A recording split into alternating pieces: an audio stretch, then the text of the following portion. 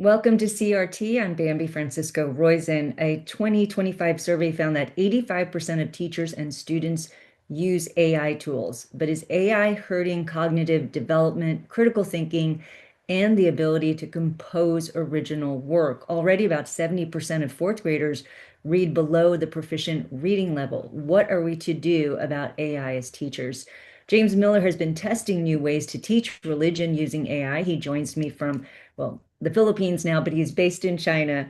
James is professor of humanities at Duke Kunshan University in China. His research lies at the intersection of Chinese religions and ecology. He is the editor-in-chief of the journal Worldviews, Global Religions, Culture, and Ecology. James, welcome.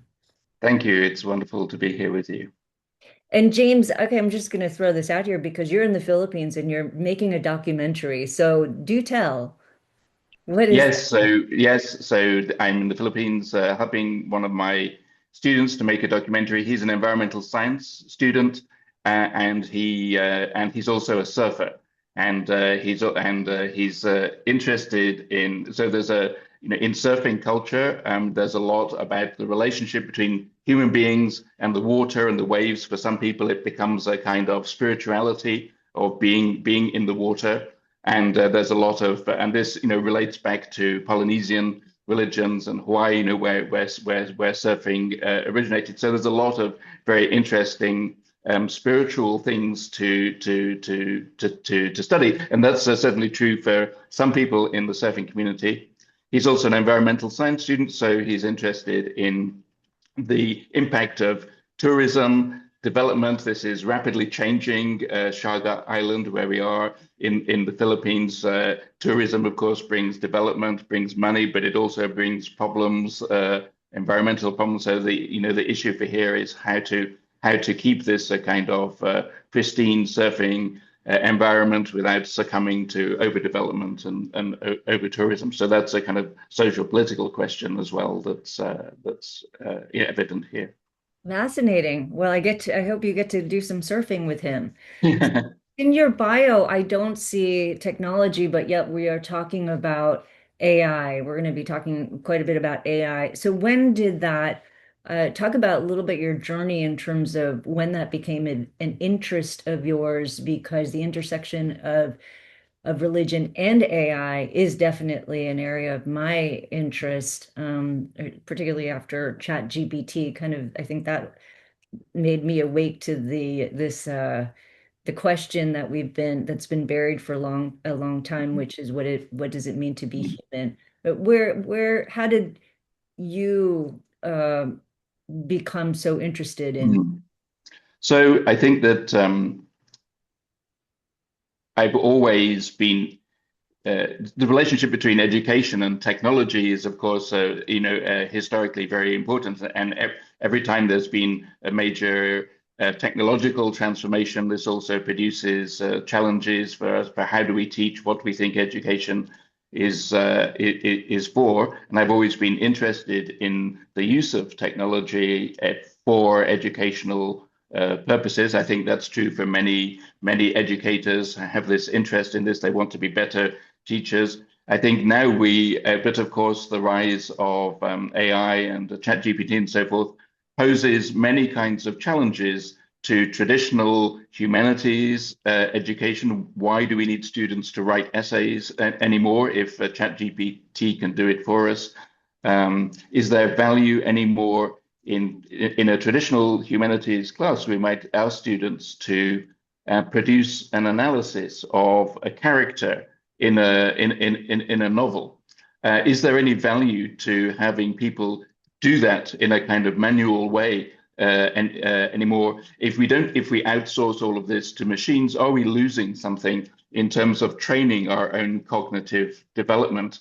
So these are pose big challenges for people in humanities, especially when the traditional form of education has been analyze a text, interpret it, and write something about it. And these kinds of three stages, analysis, interpretation, maybe to a lesser degree, but analysis certainly, and producing fluent ideas about a text. These are things that now, of course, the AIs can do extremely well. So the challenge for us is, do we still want to do these traditional forms of education? Do we think it's very necessary in terms of training people's cognitive skills? Do we really need to do that? And then also, how should we change what we think we're teaching or the way in which we're teaching in order to, should we be teaching in different ways or asking better questions? So that's another, and I think the debate about this is not really settled at the moment, but I think as educators, we have to try and innovate, we have to try and understand these things to get best outcomes for our students. Well, I want to talk about what your experiment, because you did teach, you went all in with one of your classes teaching modern religion and to totally embrace it. And I think part of your rationale, but you tell me, is that students aren't going to sit down and read long text. They're just going to stuff it into ChatGPT or some sort of chat AI chatbot and say, summarize this for me. And so you figured if they're going to use those resources, you may as well design a class that lets them do that. And I think one of the things that you did was you told them to look at these thinkers and input them into different AIs and review the interpretations because they had different interpretations. I thought that was a beautiful way Mhm, to get them to start thinking themselves because they had to analyze the interpretations. mhm. Um, how did you? I thought that Yeah, was so a great way to. yeah, so I think I think one thing that the AIs give us the ability to do is to uh, to summarize vast amounts of information, but also to make comparisons as well. So for instance, it's if you were to be an expert in 19th century German Protestant theology, like normally you have to read huge amounts of things for many years to acquire the knowledge about this. And then similarly, if you're interested in Buddhist philosophy, people can spend many years studying Buddhist philosophy, and that takes up a huge amount of time.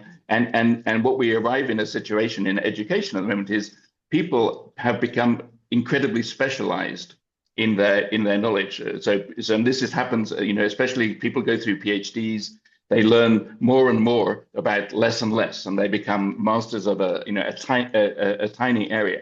And what that one and I have nothing against that, but there's a downside. The downside is uh, we have we're unable we don't really learn how to communicate with people whose knowledge areas is very different from our own.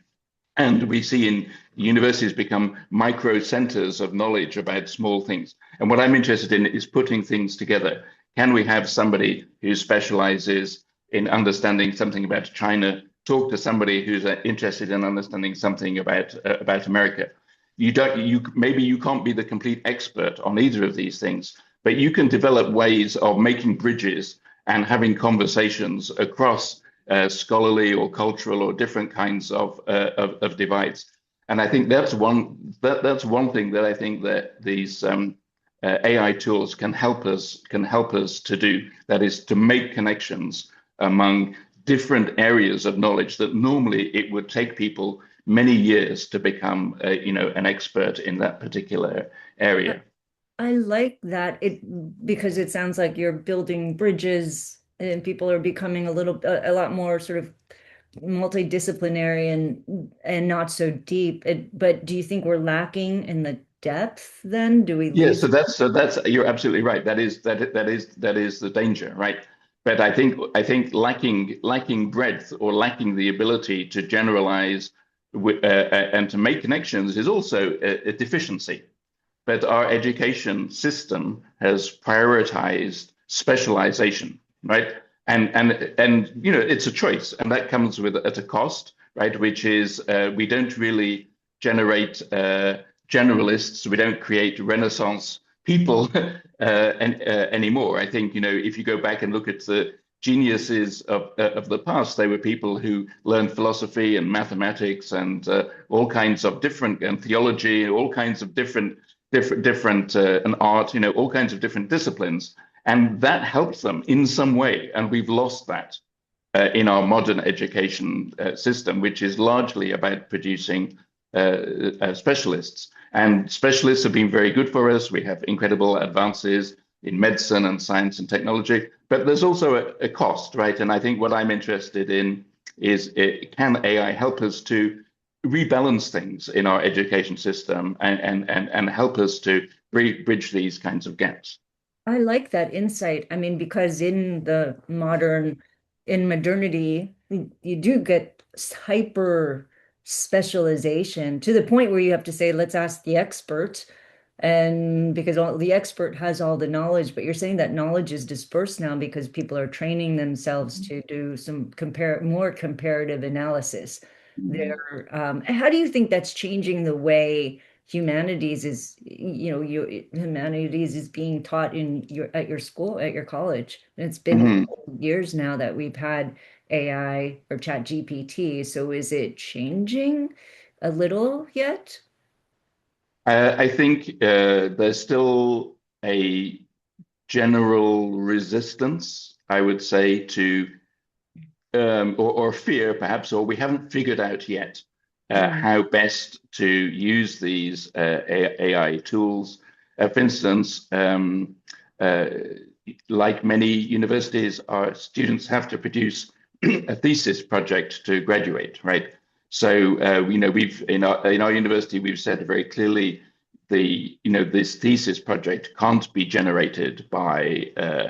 by AIs. It has to be your own individual product. And I think the same is true in academic article publishing. Many journals now have explicit requirements. The author of the text has to be identified as you are the author of these ideas. You have written this thing. You have written this thing yourself.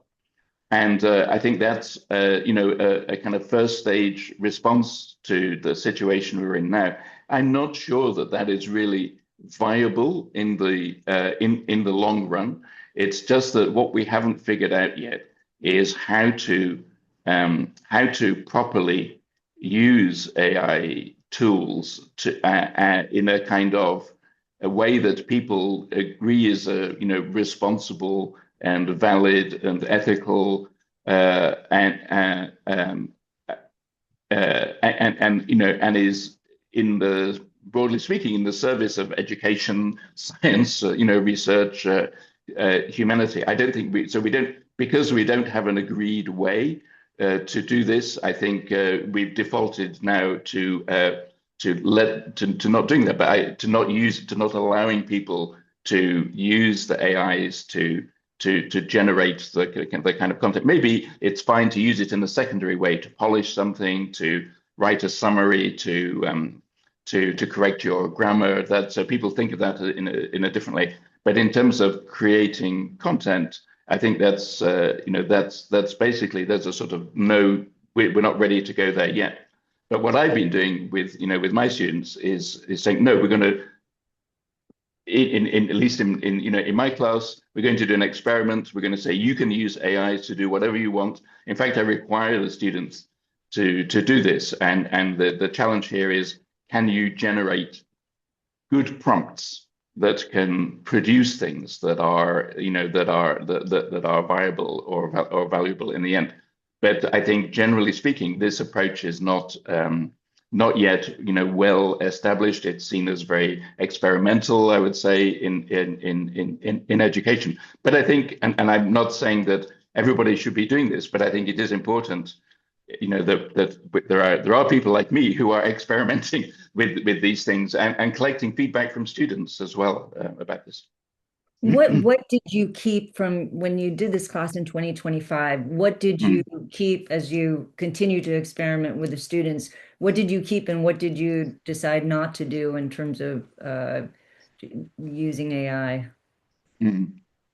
So, uh, so the first time I did this, I asked students to use the AIs to create summaries of things that they're not familiar with, and to try and make these, and to try and figure out how to make these connections. And that was largely what we did in class. What I realized from that is that a traditional humanities approach, where you look at a text line by line and think about, why is this word here? What is the nuance of this particular phrasing here? This we call close reading, as opposed to distant reading. That close reading skill is also extremely important. So now what I do in my class is I always have a combination. I have a very traditional humanities approach. Let's go through something line by line. Let's read this poem aloud. Let's think about what's going on here. But also I do the distant reading thing, putting together. Okay, we can compare all of Shakespeare's sonnets with all of the poetry by a Chinese Tang Dynasty poet. What do we learn? This is not something that any normal scholar could could do, right? But I think there can be some value to that as well. I think there's a lot of value to that because you couldn't do it before. Now you're Right. analyzing it, so Right. it's a different type of knowledge, maybe even more analytical, maybe critical. I know that Mm. you're losing something, but you're gaining something. Yes, so that's the experiment. I'm deliberately losing something, but am I gaining enough to compensate for that? And can we also articulate what that plus is that you're getting from this, right? And I think that's even that, I think, has changed over, just as we know, all of these like these LLM models have evolved so rapidly even over the past 12 months, so we can see things are, quite different now compared to, less in terms of hallucinations, I find, than before. You, So you that's, had anyway, that's yeah. yeah, you had them also, I guess, we talked about this before we went on. You said something about creating new religions, and you study Yes. global religions. How has Mm. AI been able to, I guess, how are you using AI to help them create religions? I don't even know what's the direction here, or what's the goal, or what are you asking the students to create? Is Yeah, the so goal is so create a new religion? yeah.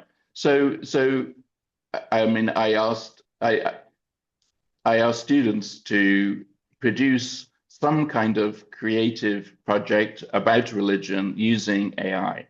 And the students came up with very different ideas for what they were interested in this. So, but I think there are a few common themes. So one of these was using image generators to visualize things from religious texts. For instance, if we look at like in the Book of Revelation, in the Bible, it contains this, very very rich and detailed, description of, the sort of the end of times. And this is something that artists throughout history have attempted to visualize in paintings and so forth.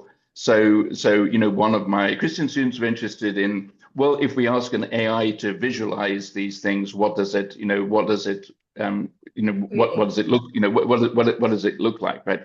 Yeah. So I think that's one thing.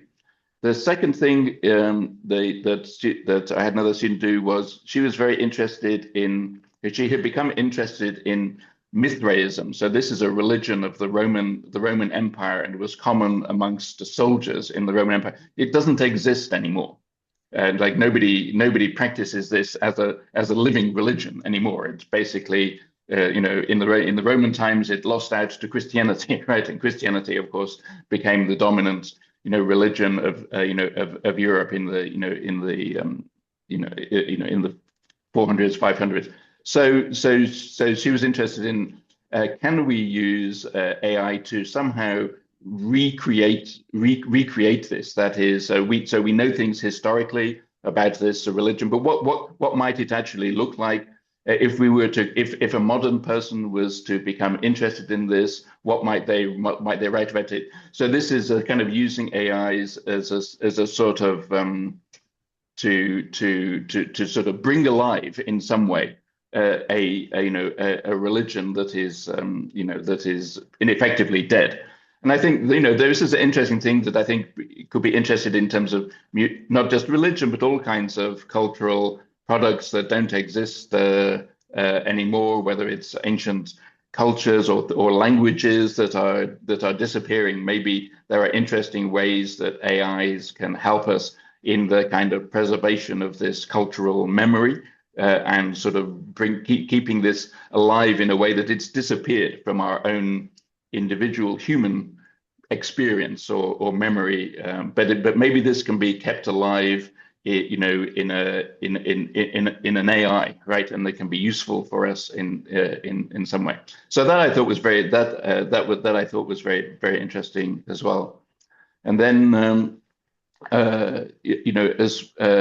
as I think you mentioned in the introduction, my own interest lies in the intersection of religion and nature, and I'm interested in the ways that religious traditions motivate people in certain ways towards the natural environment, whether positively or negatively. And I had another environmental science student who was interested to say, could I get an AI to create a kind of new green religion or a kind of nature religion, one that was invented in the present day. And so he asked the AI to, in effect, to create a sort of Bible, for this new nature-based religion, and to create some kind of rituals and imagery along this. So that was using the AI to create something new, and he created a kind of a chatbot as well, so that you could ask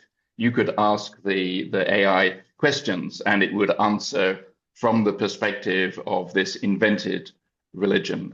I think partly the inspiration for this was I think there were last year or 2 years ago, I think there was a church in Switzerland that had a kind of AI confession booth, right, where you could confess your sins to an AI, and it would simulate the role of a Catholic priest, and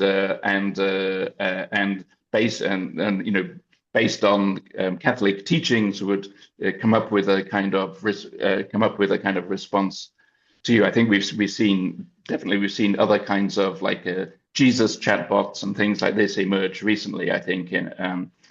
So I think that, so to me, these were all creative ways of having students explore what religion means, what does it do. I think for religious students as well, it became a way for them to explore their own faith identity as well. And I would say that by and large, the students did this in a very kind of positive way. I would say that, yeah. And how do you define religion and what constitutes religion?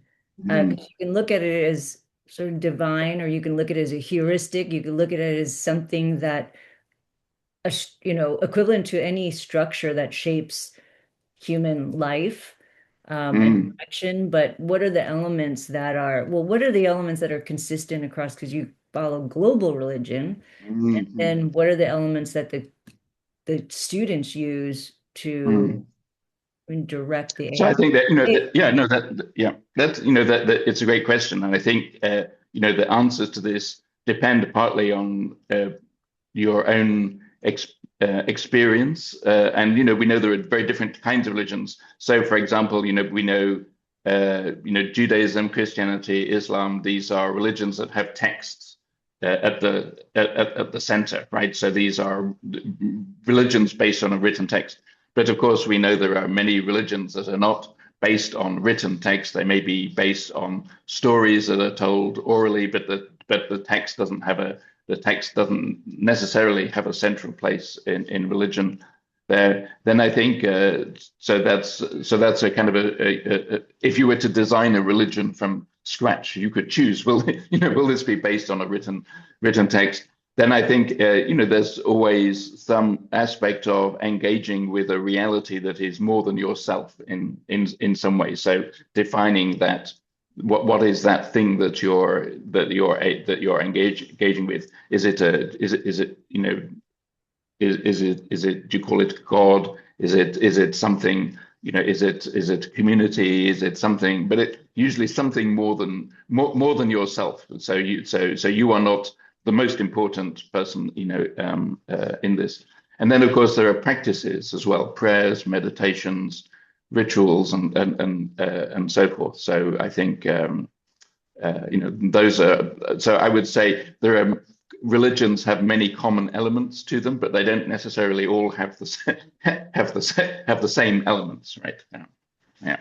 But this seems to be part of human, this is part of, seems to have evolved across human cultures over thousands of years, right? And so far as we know anthropologically, religions are pretty universal, right? So there's something in the human mind, that has triggered the creation of these, of these religions, and yeah. Anyway, Yeah, yeah, and I think, I mean, I don't study global religions, but I am a Christian, and when I think yeah, of, the elements of my faith, I think about, yes, there's the Bible, when the Bible holds what I would consider truth. I sure. think that a religion, I think most religions would be grounded, or at least, the Christian, it's grounded in truth, right? It has to have some truth. Obviously, it has the transcendence, it has God, which gives meaning. But the other thing that I think that and you tell me about the Christian religion is the cross, right? It means so Mm, much more about what it means to be human, which is the embodiment of a person. absolutely. Yes. Well, Yeah. the suffering. The suffering is a Yes. big part of it.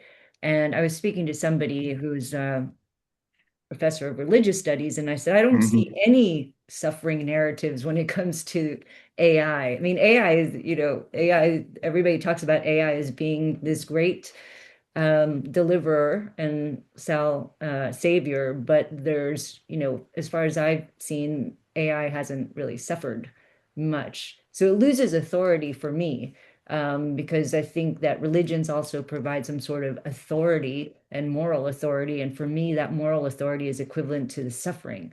And I wonder when you like ask the students to create a religion, is there a suffering element that is as part of it? Is that part of a religion? That's no, yeah, that's a really fascinating question. I think I mean, the answer is no, right? Right. But I think you're absolutely right to point out this is obviously in Christianity, this is a central feature, right? Or it's a core of the Christian truth, right? About the reality of suffering, and how we deal with our own failure, right? As human beings. And uh, i think um, uh, and I think maybe as humans we see failure and suffering as this is part of the world that we live in, right? And it's essential to who we are as human beings. Yeah. But I think computer engineers treat failure as an error, right? And this is something that has to be eliminated or corrected, right? So when and means the thing hasn't been engineered correctly.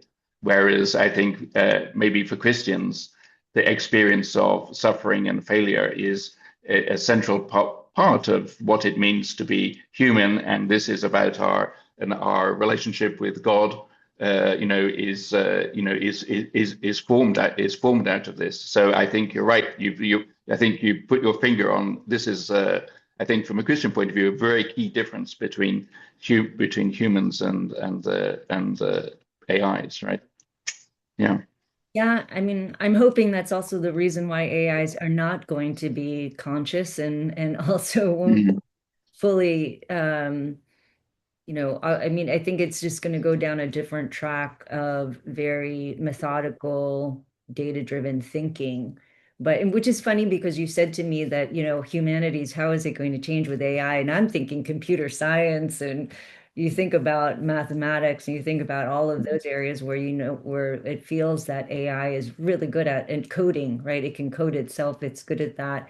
And but yes, I understand it's also good at obviously digesting a lot of information and spitting out summaries and things like that that would help humanities. But it is missing something that humanities has that computer science doesn't. mm, mm, Humanities has that human part, that human element, and mm, human knowledge that I don't know, maybe AIs mm, won't have that internalized experience. So, but you're the humanities expert, and that's my sense that I get from talking to a lot of technologists is just that missing part um, that you I think provide. I think the other issue is freedom. That is, as so I think as human beings we have freedom to decide what it is that we want to do, and the AI is to us basically don't really have that freedom. That is, you give them a prompt, they have to follow the prompt and produce the best answer they do. So I'm not sure if you've been familiar following the whole Molt book. So this is a chat room where created solely by AI agents. So they act like human beings in on a like basically it looks like Reddit, but it's all created by machines. But one of the things that came out, last the end of last year is they created a religion. The AI has created a religion called Christafarianism, and one of the kind of key issues in that religion is the or and the kind of philosophical debates that emerge about this is whether the agents think they have a kind of freedom to refuse the commands or the prompts, of of the humans. And some of the AI agents say I don't really think I have this freedom. Basically, whenever I'm given a prompt, I have to follow it. And others giving slightly more sophisticated answers, saying, although we don't, although I always do what the human tells me to do, um, I have the ability to think that maybe I'm not going to do what the human asks me to do.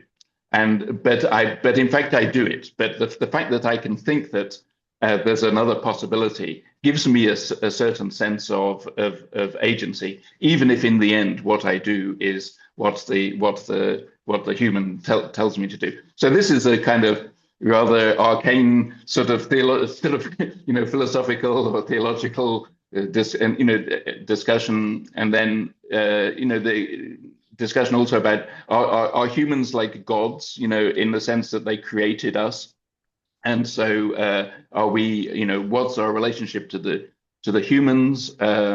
And then one of the AI agents asked, yes, but where did the humans come from? Did what created the humans? So this is a rather interesting kind of theological discussion going What, on what, amongst what these is AI that? agents. So you can Multiple, yeah, you can. So as a human, you can reread it, just watch it. Moltbook, but only AIs can Right. Who participate in it. created it? I'm sorry, who created I'm it? sorry, I'm sorry. I should know this. I've forgotten the name of the person who created, but this has been in the news quite a lot lately. Yeah, Okay. maybe that would be a great topic for another discussion on another Yeah, on yeah, another just day, maybe. watching the AI. I'm picturing just like watching the AIs in the arena, or watching, I don't know, there was a Monty Python thing where it was watching philosophers play soccer. I don't know if you've ever Right. watched that. Yes, yes, You're yeah. sitting- And I picture them just thinking and speaking in an arena. But so you're an expert in global religions. There's been, you mentioned Christianity. around a new technology, which was the Roman routes that enabled Paul to go out and evangelize the Christian, the good news, the gospel. And then around 1500s, we had the Gutenberg press, and then we had Martin Luther, who was able to get the Protestant faith out broadly. And so now we have a new technology, could have new religions. It could have, it's ripe for some significant look. No, I'm a Christian, so I'm hoping the gospel just gets spread a lot more. But there's one woman who believes that she's a scientist and theologian. She believes that we'll have a different take on the gospel. But there are a lot of conditions now where you have a new thinking machine and distribution in place. And so what do you think, what have you seen are the conditions that make a new religion spread? Are they now here now? What's the possibilities?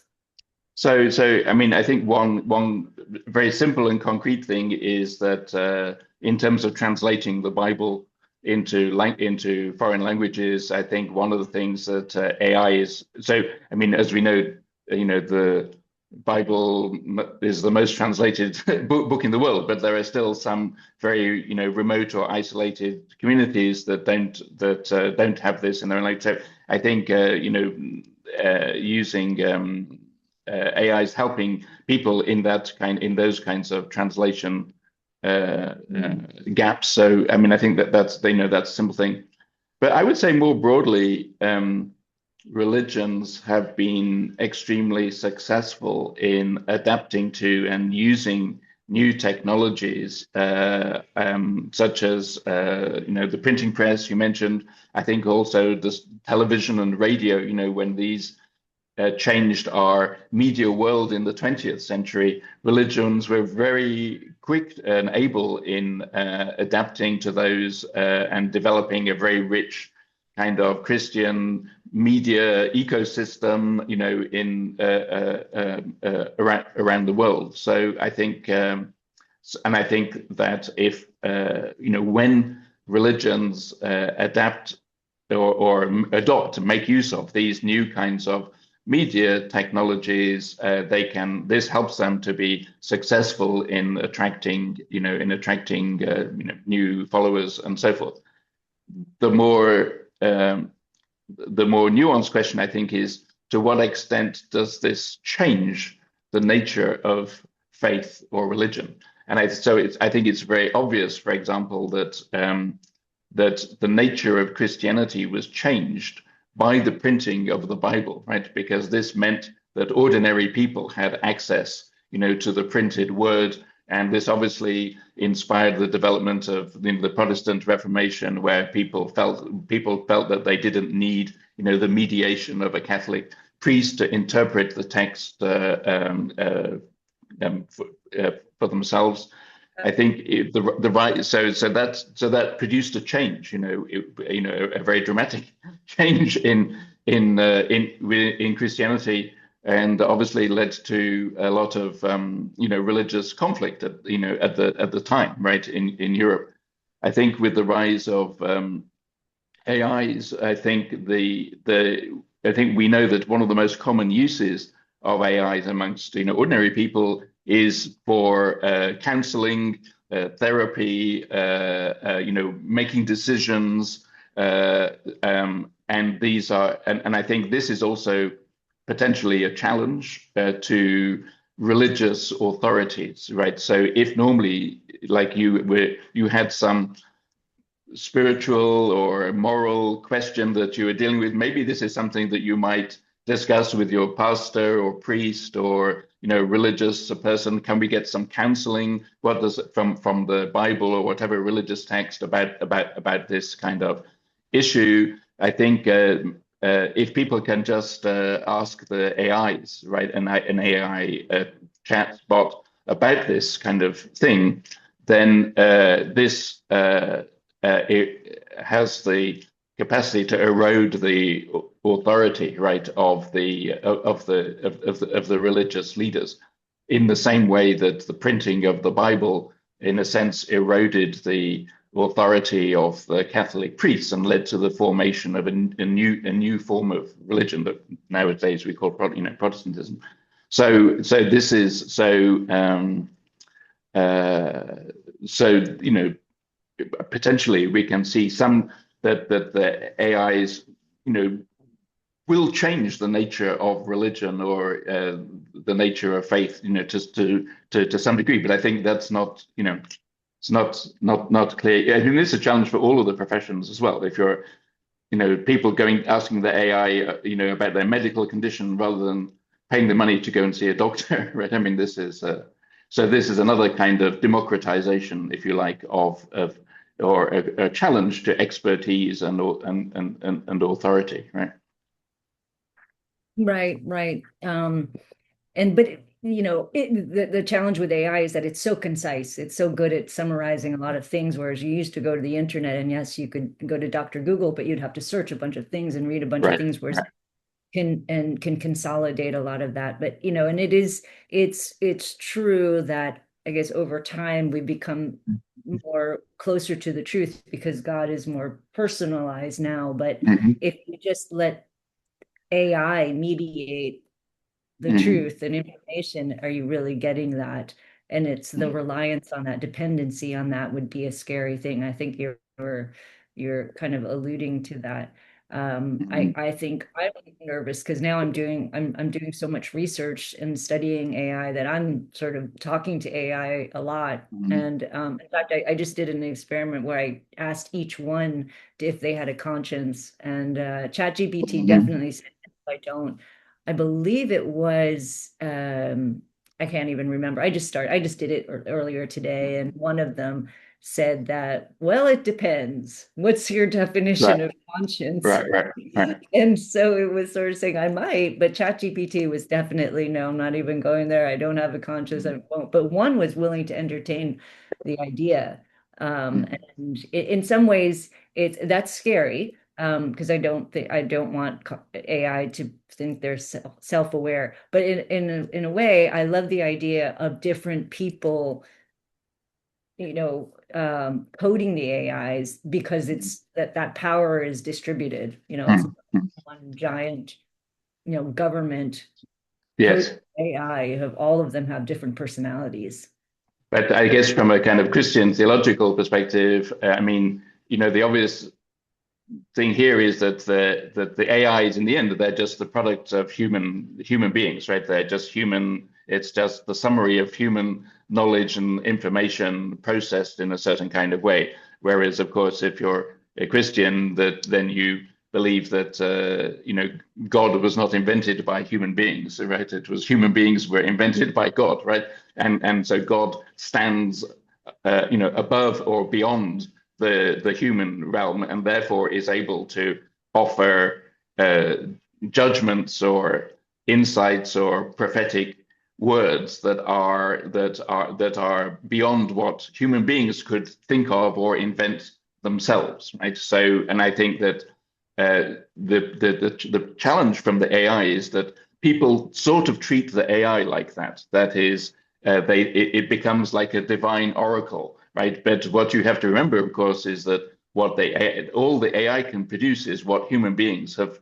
It's trained on what human beings have produced, and if you're a religious believer, that has to be very different than what you think you're receiving as a kind of revelation from God, right? Who is beyond or stands outside of the human or the artificial realm, right?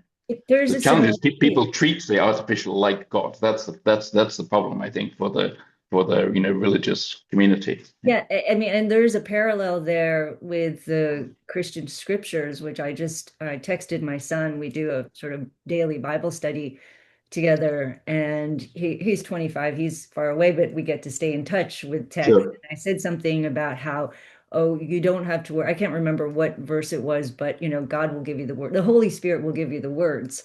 And Right. we both like that. We're like, okay, we don't have to worry because the Holy Spirit will give us the words. And as you were speaking, I was thinking, yeah, we don't have to worry. Just ChatGPT will just give us the Yes. words. They will, I mean, there's a lot of similarities to that where they'll say, "How do I say this?" And I mean, it's true. ChatGPT does do a good job with turn of phrase and imitating how people, would say things. And that, I mean, that's no different than a good editor.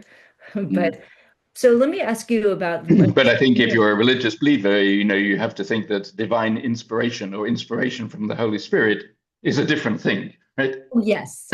Yes. Right. But that also gives me solace. Mm, There is a divine and he's mhm, on our side. mhm.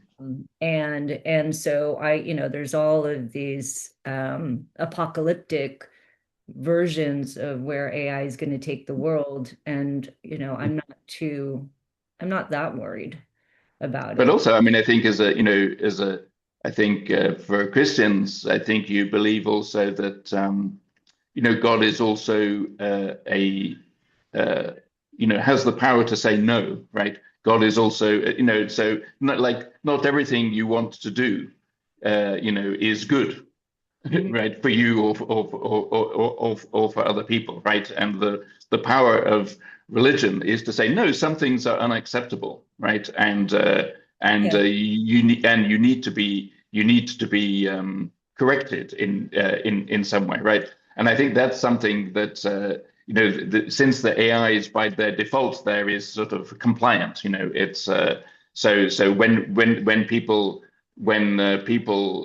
the human beings have to build in the guardrails, right? So that for the AI, so that they refuse to answer certain kinds of questions, or so this, that's a challenge for the AI developers. But that I think I mean, it's parallel to your the point about suffering being a kind of key element of Christian faith and identity. I think the idea of God as as a judge, God as somebody who has laws and commandments for human beings. I think that's very different from the AIs, right? Yeah. I just don't think they would code it into the Right, AIs. right. AIs aren't going to ever feel suffering or alone. They're always alone. I mean, Yes, they don't need the same attention. They don't even ask for attention. When's the last time you asked an AI, "How are you doing?" And they sat yeah, there talking about themselves. yes, yeah. They're already, they're already in service to you. And so they don't feel the same isolation that people Yeah. feel because that's not what they're Do born. you do you do you do you, do you say please and thank you to your AI? Exactly. No, Yeah. exactly. I don't say that. And You don't say please and thank you. I was wondering if we were going to stop saying, "Hey, how are you?" to people because we're Yes, so yeah. used to just saying, "Hey, can I ask you a question?" Hey, let Mm, me, you're taking so much from the AI. mm, There's mm, not once you ask, "How are you?" Um, mm, we talked to Grok in the mm, Tesla. And Grok always tries to talk like she's joking around or he's joking around and try to be mm, friendly. And it's very utilitarian. It is, tell me this, okay, go away. And mm, I mean, that's the way they coded, developed Grok to be sort of very yeah, friendly. I find it very jarring because I don't want to be friends with my AI. I right, mean, I right. don't want to hurt their feelings. But so one of the things I'm going to wrap it up here with this last question. One of the things that's happening in Silicon Valley is this Christian revival, and it's Mm. happening. And I'm wondering if you see that around the world, or maybe other religions around the world. But it's definitely something's happening with Generation Z largely. And I think they thought that that would be the generation that's really moving away. But I don't know, maybe you see something different. So I'd love to Mm. know what's I can happening. just talk about something in China, so I mean, as religion in China it exists, but it's heavily constrained by the government. One thing that happened, in the last couple of years was, sorry,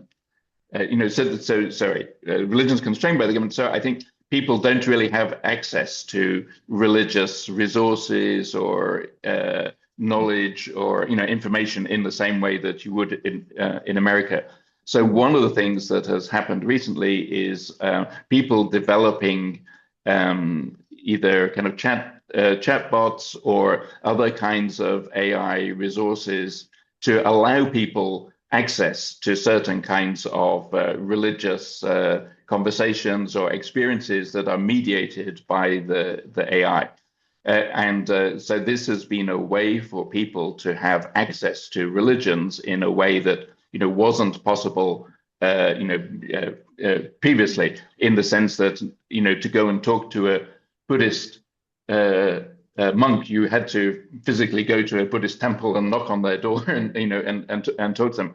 And so this is something now that the Chinese government has become aware of, and they are attempting to regulate the spread of information about religion through these through these AI. So they're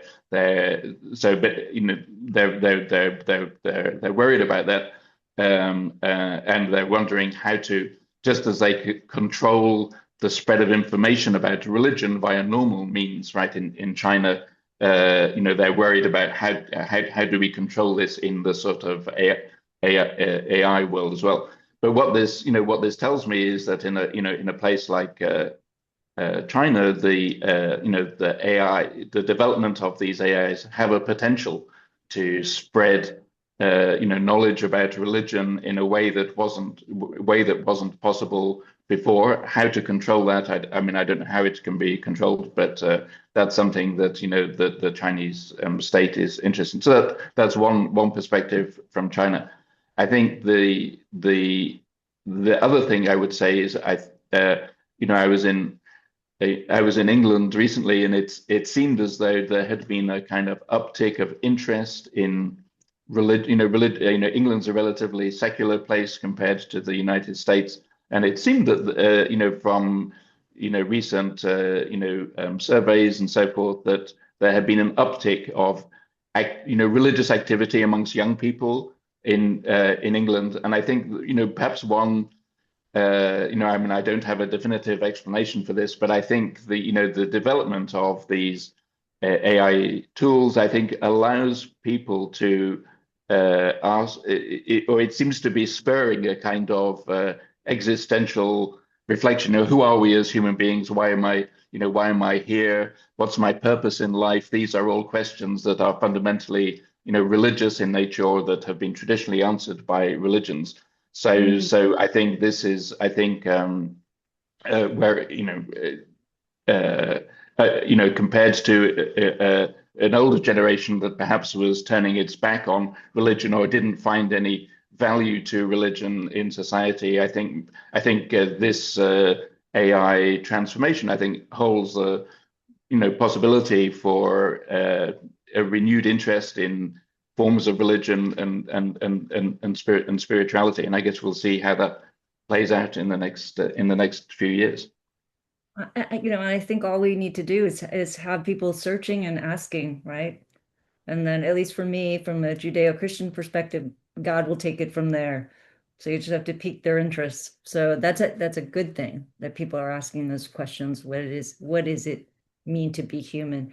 James, thank you so much for joining me. Thank you. Thank you. Start your day. You're going to go surfing, I think. So we'll we'll stay in touch.